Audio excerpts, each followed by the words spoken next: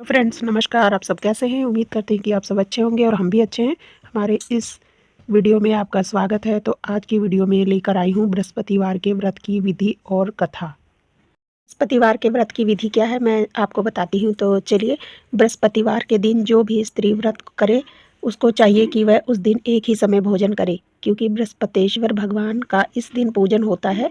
पीले भोजन, चने की दाल आदि का करें, परंतु नमक नहीं खावें। पीले वस्त्र पहने, पीले ही फलों का प्रयोग करें, पीले चंदन से पूजा करें। पूजन के बाद प्रेम पूर्वक गुरु महाराज की कथा सुननी चाहिए। इस व्रत को करने से मन की इच्छाएं पूरी होती हैं और बृहस्पति महाराज प्रसन्न होते हैं। धन, पुत्र, विद्या तथा मनवांछित फलों की प्राप्ति होती है। परिवार में सुख तथा शांति रहती है। इसलिए यह व्रत श्रेष्ठ और अति फलदायक सब स्त्री को पुरुषों के लिए है। इस व्रत में केले का पूजन करना चाहिए। कथा और पूजन के समय मन, कर्म, वचन से शुद्ध होकर जो इच्छा हो बृहस्पति देव के प्रार्थना करनी चाहिए। उनकी इच्छाओं को बृहस्पति देव अवश्य पूर्ण करते हैं, ऐसा मन में दृढ़ विश्वास रखना चाहिए। तो ये थी बृहस्पतिवार व्रत की विधि और अब आगे मैं आपको कथा सुनाती हूँ। एक समय की बात है कि भारतवर्ष में एक राजा राज्य करता था। वह बड़ा ही प्रतापी और दानी था। वह नित्य प्रति मंदिर में दर्शन करने जाता था। वह ब्राह्मण और गुरु की सेवा किया करता था।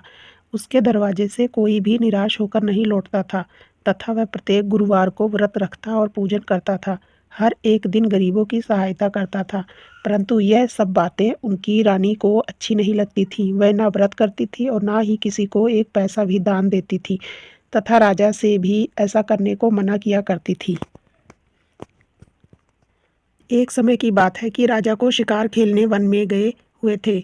घर पर रानी और दासी थी। उस समय गुरु बृहस्पति देव एक साधु का रूप धारण कर कर राजा के दरवाजे पर भिक्षा मांगने गए।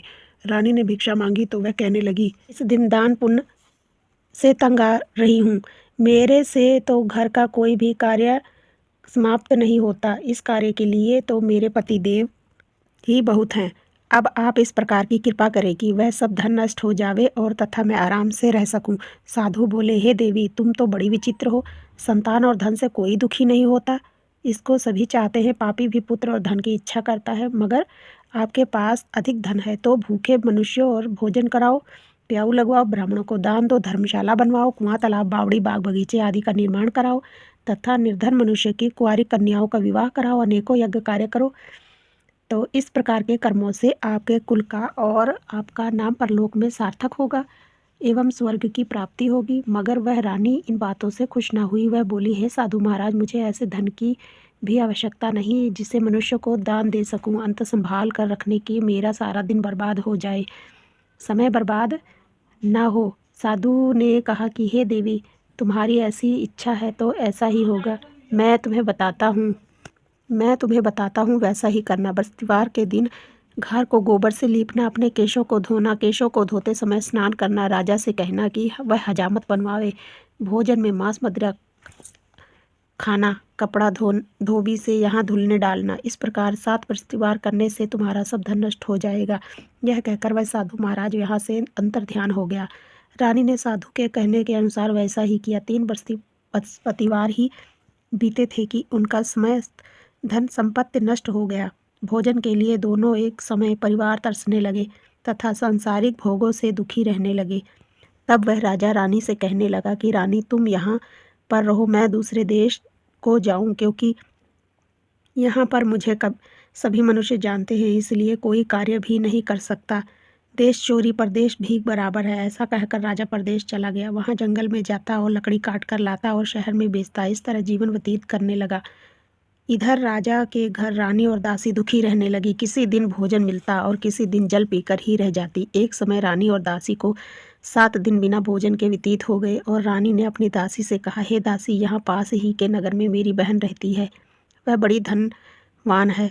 तू उसके पास जा और वहाँ से 5 सेर बेझर मांग कर ले आ, जिससे कुछ समय के लिए गुजारा हो जाएगा। इस प्रकार रानी की आज्ञा मानकर दासी रानी की बहन के पास गई तो रानी की बहन उस समय पूजन कर रही थी, क्योंकि उस रोज बृहस्पतिवार का दिन था। जब दासी ने रानी की बहन को देखा और बोली, हे रानी, मुझे तुम्हारी बहन ने भेजा है, मेरे लिए 5 सेर बेझर दे दो।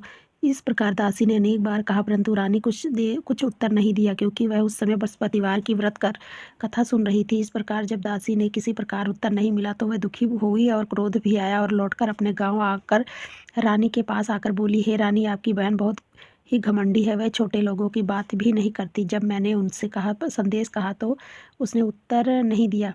मैं वापस चली आई। रानी बोली, हे दासी, इससे उसका कोई दोष नहीं। जब बुरे दिन आते हैं तो कोई सहारा नहीं देता। अच्छे बुरे का पता विपत्ति में लगता है। जो ईश्वर को अच्छा होगा वही होगा। वह सब हमारे भाग्य का दोष है। इधर उस रानी ने देखा कि मेरी बहन की दासी आई थी, परंतु मैं उससे कुछ नहीं बोली। इससे वह दुखी होकर हो गई होगी।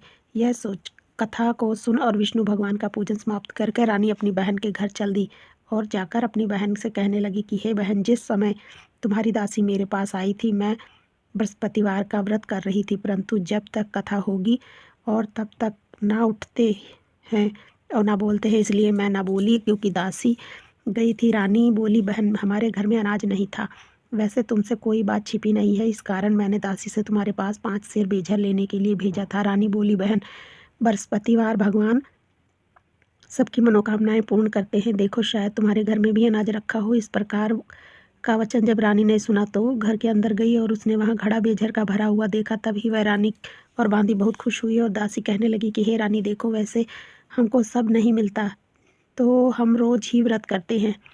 अगर इससे व्रत की विधि और कथा पूछ ली जाए तो इससे हम भी किया करेंगे। तब उस रानी ने अपनी बहन से पूछा कि हे बहन, बृहस्पतिवार की व्रत और कथा कैसे है तथा यह व्रत कैसे करना चाहिए। रानी की बहन ने कहा, इस व्रत में चने की दाल मुनक्का से विष्णु भगवान का केले की जड़ में पूजन करते हैं, दीपक जलाते हैं, पीला भोजन करें, कहानी सुने। इस प्रकार करने से गुरु भगवान प्रसन्न होते हैं।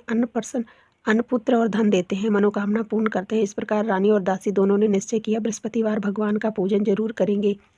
7 दिन बाद जब बृहस्पतिवार आया तो उन्होंने व्रत रखा। गुड़साल में जाकर गुड़ चना बीन लाई और उसी दाल से केले की जड़ तथा विष्णु भगवान का पूजन किया। जब भोजन पीला कहाँ से लाएं, आवे बेचारी बहुत दुखी हुई, परंतु उन्हें व्रत किया था, इस कारण गुरु भगवान प्रसन्न थे और महात्मा के रूप में 2 थालों में पीला भोजन लेकर आए और दासी को देकर बोले, हे दासी, यह तुम्हारे और रानी के लिए भोजन है, हम दोनों करना। दासी भोजन पाकर प्रसन्न हुई। रानी ने बोला, चलो रानी, जो भोजन कर ले। रानी जी, चलो भोजन कर ले। रानी को इस विषय में कुछ पता नहीं था, इसलिए वह दासी से बोली, तू ही भोजन कर ले क्योंकि तू हमारी व्यथा में हंसी उड़ाती है। दासी बोली, एक महात्मा भोजन दे गए हैं। रानी कहने लगी, यह भोजन तेरे लिए ही दे गए हैं, तू ही भोजन कर। दासी ने कहा, वह महात्मा हम दोनों के लिए 2 थालों में भोजन दे गए हैं, इसलिए हम तुम दोनों के साथ भोजन करेंगी। इस प्रकार रानी और बांदी दोनों ने गुरु भगवान को नमस्कार कर भोजन प्रारंभ किया और तथा तब वह प्रत्येक बृहस्पतिवार को गुरु भगवान का व्रत और विष्णु भगवान का पूजन करने लगी। बृहस्पति भगवान की कृपा से फिर रानी और दासी के पास धन हो गया। रानी फिर उसी प्रकार से आलस्य करने लगी। दासी बोली, देखो रानी, तुम पहले भी इस प्रकार आलस्य करती थी, तुम्हें धन के रखने में कष्ट होता था, इसी कारण धन नष्ट हो गया। अब गुरु भगवान की कृपा से धन मिला है तो उसे तुम्हें आलस्य होता है। बहुत मुसीबत के बाद हमने यह धन पाया है, इसलिए हमें दान पुण्य करना चाहिए। तुम भूखे मनुष्यों को भोजन कराओ, प्याऊ लगाओ, ब्राह्मणों को दान दो, कुआं, तालाब, बाग, बगीचे, बावड़ी आदि का निर्माण करवाओ, मंदिर, पाठशाला बनवाकर दान दो, कुंवारी कन्याओं का विवाह कराओ, धन को शुभ कार्य में खर्च करो, जिससे तुम्हारे कुल का यश बढ़े और स्वर्ग प्राप्त हो और पितृ प्रसन्न होवें। तब रानी ने इस प्रकार के कर्म करने प्रारंभ किए तो काफ़ी यश फैलने लगा। एक दिन रानी और दासी विचार करने लगे कि ना जाने राजा किस दशा में होंगे, उनका कोई खबर नहीं है। गुरु भगवान ने उन्हें प्रार्थना की और भगवान ने रात्रि में राजा को सपन में कहा, हे राजा, तेरी रानी तुझे याद करती है, तुझे अपने देश चला जा। राजा प्रातःकाल उठकर विचार करने लगा, स्त्री जाति खाने और पहनने की ही साथी होती है, परंतु भगवान की आज्ञा मानकर वह अपने घर के लिए चलने को तैयार हुआ। इस पूर्व जब राजा प्रदेश चला गया तो प्रदेश में दुखी रहने लगा। प्रतिदिन जंगल में जाकर लकड़ियां बीन कर लाता और उन्हें शहर में बेचकर अपने दुखी जीवन को बहुत कठिनता से व्यतीत करता था। एक दिन राजा दुखी हो अपनी पुरानी बातों को याद करने लगा।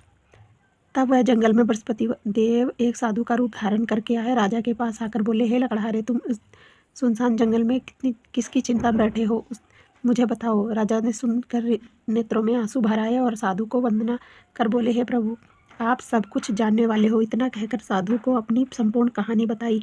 महात्मा दयालु थे, वे राजा से बोले, हे राजा, तुम्हारी स्त्री ने बृहस्पतिवार का देव का अपराध किया था, जिस कारण तुम्हारी ये दशा हुई थी।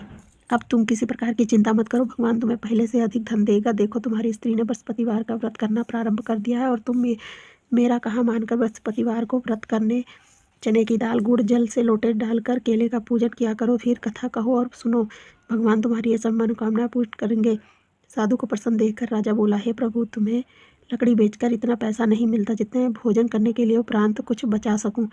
मैंने रात्रि में अपनी रानी को व्याकुल देखा है। मेरे पास कुछ भी नहीं है जिससे उसे खबर मंगा सकूं, और फिर मैं कौन सी कहानी कहूँ, यह मुझको कुछ भी मालूम नहीं। साधु ने कहा, हे राजा, तुम किसी बात की चिंता मत करो। बृहस्पतिवार के दिन तुम रोजाना की तरह लकड़ियां शहर लेकर जाओ। तुम रोज को दुगना धन प्राप्त होगा, जिससे तुम भली भांति भोजन कर लेते हैं लोगे, तथा बृहस्पतिवार की पूजा का समापन सम्मान भी आ जाएगा। बृहस्पतिवार की कहानी। अगर